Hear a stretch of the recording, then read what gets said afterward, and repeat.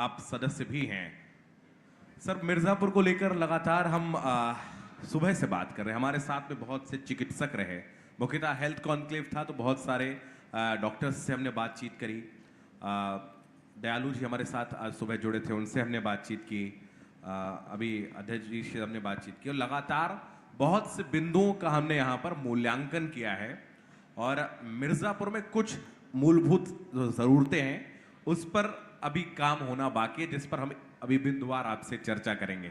लेकिन मैं चाहूँगा कि एक जो इनिशिएटिव न्यूज़ नेशन ने लिया है कि मुख्यतः लोग बड़ी चाहे राजधानी की बात कर लें या बड़े शहरों की बात करें, वहाँ आयोजन करते हैं, लेकिन हमने मिर्ज़ापुर को चुना है। सबसे पहले आपका आभार पूरी न्यूज़ नेशन टीम का कि माँ विंध्यवासिनी की नगरी में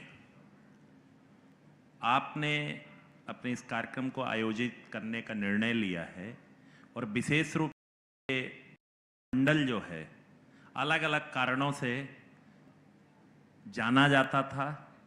ये पिछड़ा क्षेत्र, विंध्य का पहाड़ है, सांस्कृतिक रूप से और खनिज से धनी है, जिसका सही उपयोग यहाँ के लोगों के विकास के लिए होना चाहिए था। उस दिशा में ये जिला अब इस समय बढ़ रहा है। सर आशीष जी, बहुत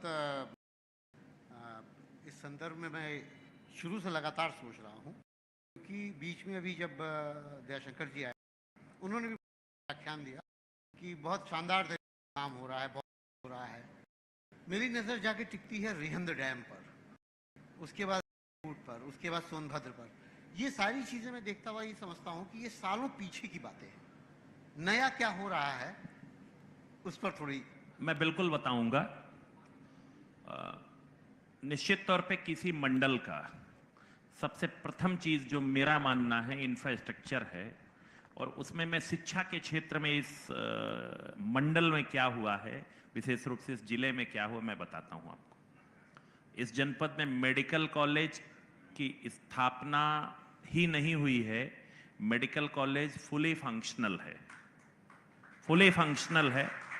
कुछ आवश्यकताएं जैसे मैन पावर की जो है, उसमें डॉक्टर्स हैं कहें, जहां पर कुछ कमियां हैं उनको भी हम धीरे धीरे दूर करने का प्रयास कर रहे हैं।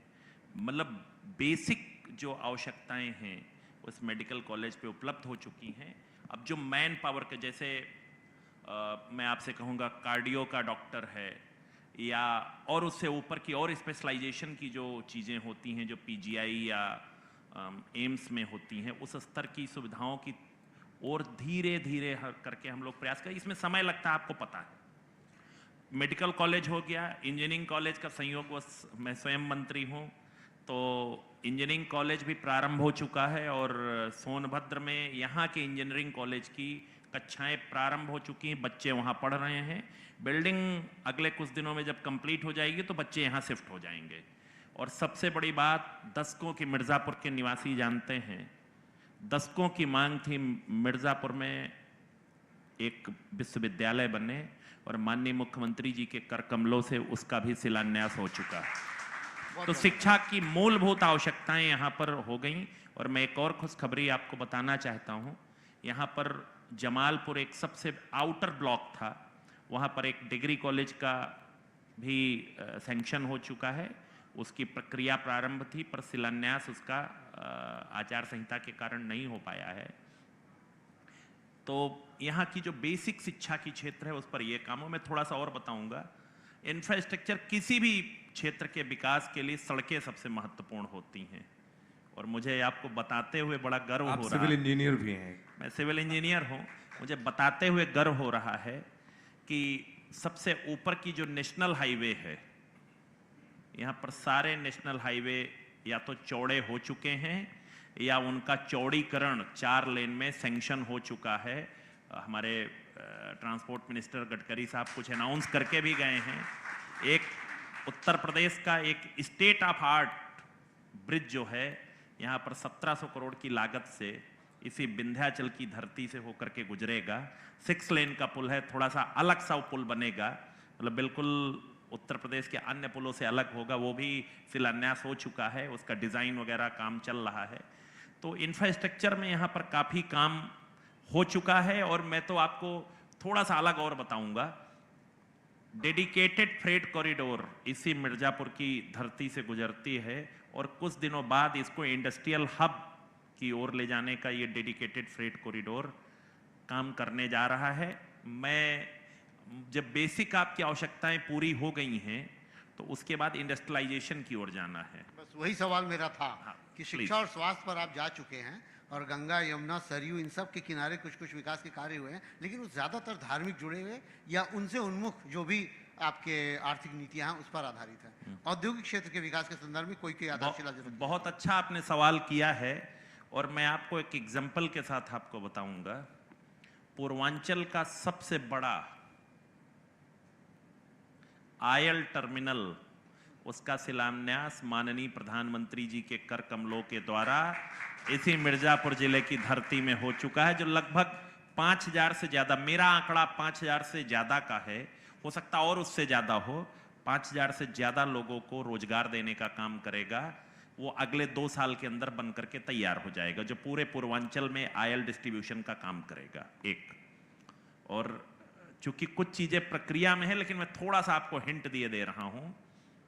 2 बड़ी इंडस्ट्री अगले 6 महीने के अंदर मिर्जापुर में अपना कार्य प्रारंभ करने जा रही हैं, जिनका टोटल लागत 25,000 करोड़ से ज्यादा का होगा। क्या वो पारंपरिक लेकिन रूप से मैं अभी इसलिए कुछ नहीं बोल पा रहा हूं क्योंकि आचार संहिता की एक परिधि के तहत हमें, नहीं, लेकिन वो आचार संहिता की जो है ही है जी। इसके अलावा बोलना तब चाहिए जब आप उनका लेकिन मैं चाहूंगा थोड़ा सा आप उस पर प्रकाश डाल दें। क्या वो पारंपरिक रूप से मिर्जापुर से पहले जुड़ी रही हैं वो दोनों इंडस्ट्री? वो मिर्जापुर को इंडस्ट्री के हब में बदल देगी, ये मैं आपको बस इशारा किए दे रहा हूं। चलिए, ये बहुत अच्छी बात है और मिर्जापुर में और भी ज्यादा विकास मैं अमाउंट आपको फिर से कोट कर रहा हूं, लगभग 25,000 करोड़। ये तो बहुत बहुत श्रेयस्कर है और जाहिर सी बात है सर, मिर्जापुर अगर बढ़ेगा तो उत्तर प्रदेश की अर्थव्यवस्था में और भी ज्यादा इजाफा निश्चित रूप से कम इसके उस जरिए छवि से बाहर आएंगे जो पश्चिमी उत्तर प्रदेश से लेकर के दिल्ली साइड में मिर्जापुर की पिक्चर के थ्रू छवि बनी हुई है और सिर्फ कालीन भैया और मुन्ना के ही नजरों से देखा जाता हो। देखिए, माननीय मुख्यमंत्री जी के नेतृत्व में और प्रधानमंत्री जी के मार्गदर्शन में हम लोगों ने उत्तर प्रदेश में जो एक वातावरण बनाया है कि आइए इंडस्ट्री लगाइए, पुराना उत्तर प्रदेश बदल चुका है, ये उत्तम प्रदेश की ओर बढ़ रहा है, उसी का एक ये सैंपल है। और मिर्जापुर के पास सबसे बड़ी खूबसूरती क्या है? बगल में इसके बनारस का एयरपोर्ट है, दाहिनी ओर सोनभद्र जैसा ऊर्जा का क्षेत्र है। बेसिक रिक्वायरमेंट जो किसी इंडस्ट्री के लिए चाहिए वो यहाँ पर लैंड के रूप में, सस्ती लैंड के रूप में वो चीज भी उपलब्ध है। तो मिर्जापुर और कनेक्टिविटी, मैंने आपसे बताया डेडिकेटेड फ्रेट कॉरिडोर, और भारत का सबसे लंबा नेशनल हाईवे वाराणसी से कन्याकुमारी मिर्जापुर से होके गुजरता है।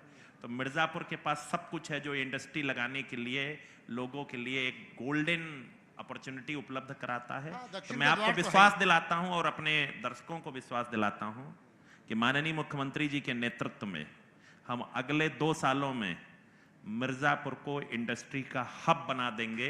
ये बदलता हुआ मिर्जापुर है जो इसके बारे में लोग समझते हैं कि ये मिर्जापुर जो आप वेब सीरीज में देखते थे उससे ये अलग मिर्जापुर होगा।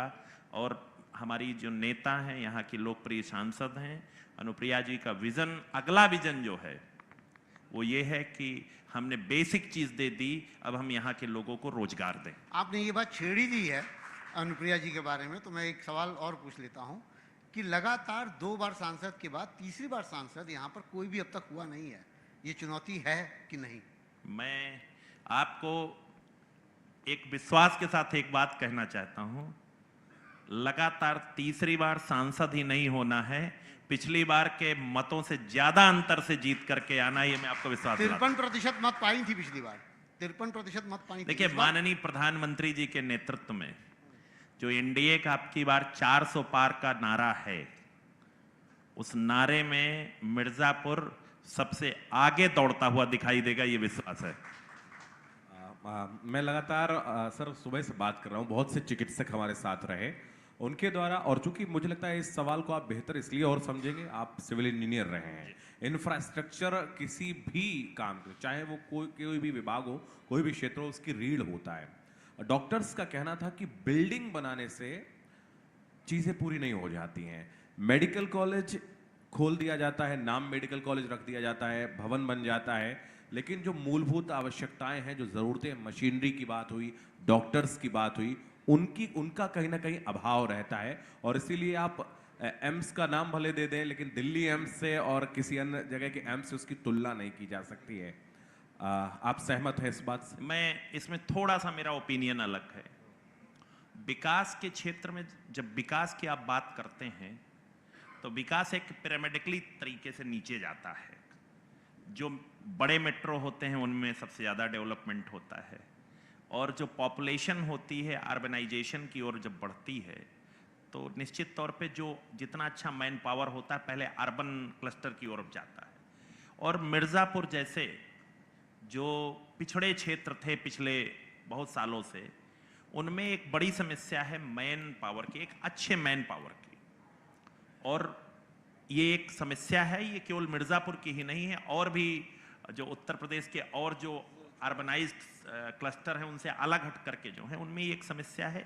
लेकिन जो एक बात मशीन्स की आती है, मैं उससे थोड़ा अलग अपना विचार रखता हूँ। मेरा ये मानना है कि मिर्ज़ापुर मेडिकल कॉलेज में जो मशीनें हैं, जो आवश्यकता है, जितनी मैन पावर है अभी, उससे ज़्यादा मशीनें यहाँ उपलब्ध हैं। मैं तो आपको एक और बहुत प्रसन्नता की बात बताने जा रहा हूँ कि अभी हम लोगों ने कुछ दिन पहले डीएमएफ से, डिस्ट्रिक्ट मिनरल फंड से, उन सीएचसीज में भी जो आउटर की सीएचसी हैं, ट्राइबल एरिया की, यहाँ के जो लोग हैं जानते हैं, हलिया और मड़िहान जैसे, वहाँ पर भी एक्सरे मशीन्स का हम लोगों ने प्रोविज़न करवा करके वहाँ भिजवा दिया है। ये चीज़ें यहाँ धीरे धीरे हो रही। तो मशीनरी की कमी मुझे नहीं लगता है कि है। एक जो समस्या है, हम उस बात को मानते हैं कि मैन पावर जो है, और विशेषकर ट्रेंड डॉक्टर्स या स्पेशलाइज्ड डॉक्टर्स की, ये एक सार्वभौमिक समस्या है। इसका हल समय के साथ साथ धीरे धीरे चीजें ठीक। एक सवाल मेरे जहन में लगातार हो रहा है कि जैसे पर्यटन के विशेष तौर पर अगर देखूं तो लखनिया दरी, देवदरी, विंडम फॉल, ये सब बहुत कुछ हम बचपन में सुनते रहे और आए भी, देखे भी। लेकिन बावजूद इसके तब से लेके अब तक पर्यटन की सारी दिशा मूर्ति किधर है? हिमाचल, उत्तराखंड, इधर की तरफ। क्या इधर कोई ऐसी विजनरी पॉइंट या इस तरह का कुछ हमारा दृष्टिकोण है कि हम उसको डेवलप करें ताकि इधर भी लोग पर्यटन के लिए आए? देखिए, मैं तो सबसे पहले आपको बताना चाहता हूं, हमारे पूरे लोग जानते हैं, माँ विंध्यवासिनी का कॉरिडोर हम लोगों ने बनाया, और आपको बड़ी प्रसन्नता होगी, हमारे सारे मिर्ज़ापुर के लोगों को प्रसन्नता होगी कि जो यहाँ पर टूरिस्ट इनफ्लो था, जो हमारे श्रद्धालु आते थे, इस कॉरिडोर के बनने के शुरुआत होने के पहले में और आज में 5 गुने का अंतर आ चुका है। इतना लोगों की यहाँ पर इनफ्लो बढ़ा। पर्यटन हुआ ना, ये तो धार्मिक पर्यटन। मैं आ रहा हूँ। तो सब शुरुआत हमने यहाँ से किया है, तो एक तो हमने इसको किया। अब जैसे जैसे हम इंफ्रास्ट्रक्चर ठीक कर रहे हैं तो हमारा जो इकोसिस्टम है, जो इकोसिस्टम के थ्रू हमारे ये जो जैसे आपने नाम लिया बिंडम फॉल और ये सब जो नेचुरल हमारे टूरिस्ट प्लेस हैं, उसको भी हम डेवलप कर रहे हैं, और उसको धीरे धीरे करके एक इस स्तर पे लाएंगे कि जो टूरिस्ट बनारस आएगा वो निश्चित तौर पे यहाँ के मिर्ज़ापुर के और सोनभद्र के इन टूरिस्ट प्लेसों को भी घूमने जरूर जाएगा और इकोनॉमी को एक बूस्टअप देगा। चूंकि हेल्थ कॉन्क्लेव को हम आज ऑर्गेनाइज कर रहे हैं, एक सवाल तो सुबह भी उठा था और डॉक्टर्स का कहना था, आपकी सरकार के द्वारा आयुष्मान कार्ड की जो शुरुआत की गई है उसके तहत बहुत से लोग लाभान्वित हुए हैं, और आप, जाहिर सी बात है, जिस किसी को इलाज के लिए अत्यधिक धन की आवश्यकता होती थी, उसमें 5 लाख रुपए एक बहुत बड़ी रकम है। डॉक्टर्स बैठे थे, तीनों अलग अलग विभाग के डॉक्टर्स थे, उनका कहना था कि हम इलाज कर देते हैं लेकिन जो पेमेंट है वो 2-2 साल तक नहीं होता है। ये उनका सवाल था। मैंने कहा आयुष्मान के तहत मैंने कहा कि लोगों की तरफ से मैं सरकार से सवाल पूछूंगा। देखिए, मैं ईमानदारी से कहूं कि मैं ये विभाग देखता नहीं हूं, लेकिन हमारे माननीय मुख्यमंत्री जी के नेतृत्व वाली जो सरकार है वो इस तरह की चीज़ों को जहां जानकारी में आता है बहुत तेजी से काम करती है उस पर। और अगर कोई ऐसा विषय मिर्ज़ापुर का मेरे संज्ञान में कभी आया नहीं था और आज आप बता रहे हैं, तो मैं आपको आश्वस्त करता हूं कि इसका रेक्टिफिकेशन का काम बहुत तेजी से होगा। चलिए, बहुत धन्यवाद सर, आपने अपना कीमती वक्त निकाला, हमसे बातचीत की। बहुत बहुत आभार। और विशेषकर हरिकेश जी का मैं धन्यवाद देता हूं कि आपने मिर्ज़ापुर जनपद के सभी सम्मानित जनप्रतिनिधियों को, यहाँ के लोगों को, हमारे बहुत वरिष्ठ पत्रकारगण बैठे हुए हैं, इन सबको आपने यहाँ पर आज बुलाया, इनको अपने चैनल के माध्यम से यहाँ के लोगों की बात सुनी। और मुझे इससे ज़्यादा खुशी इस बात की है कि हमारी जो डबल इंजन की सरकार है, डबल इंजन क्या, मैं ट्रिपल इंजन की सरकार करूँगा, हमारे अध्यक्ष जी भी बैठे हुए हैं, तो हमारी ट्रिपल इंजन सरकार को रेक्टिफिकेशन का अवसर आपने दिया, इसके लिए मैं पूरे न्यूज नेशन टीम को हृदय से धन्यवाद देता हूं। आपको सबका बहुत बहुत आभार। और हमारे सभी वरिष्ठ यहाँ के गणमान्य व्यक्ति बैठे हैं, मैं उनको भी हृदय से प्रणाम करते हुए आप सबका आभार व्यक्त करता हूँ। धन्यवाद। Thank you sir. Thank you बिल्कुल सर, लेकिन मैं आपसे रिक्वेस्ट करूंगी कि प्लीज़ आप मंच पर ही रहिएगा, हरिकेश जी आप भी। और साथ ही मैं बुलाना चाहूंगी रामकृष्ण सेवाश्रम हॉस्पिटल के CEO अमन जी को। अमन जी प्लीज़ आप मंच पर आइए। अमन जी,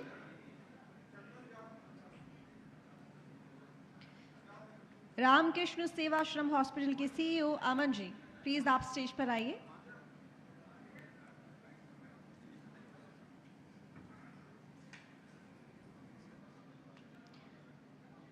ज़ोरदार तालियां अमन जी के लिए और उनके हॉस्पिटल के लिए। जाहिर है कि उनका एक अहम योगदान है हेल्थ सेक्टर में। ज़ोरदार तालियां।